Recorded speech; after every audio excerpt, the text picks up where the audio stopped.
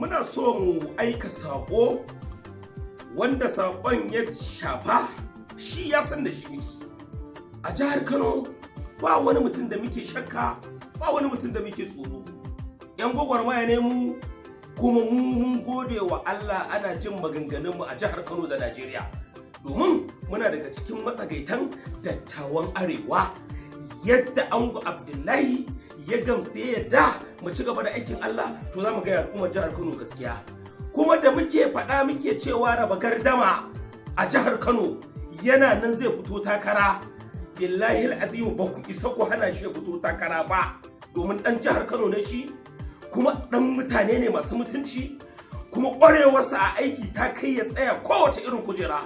Kuma da yardar Allah muna tabbatar muku da ku wa'annan mutanen masu laɓewa, kuna zungui da shaddodi da agogo, kuna highlighting ɗin al'umma.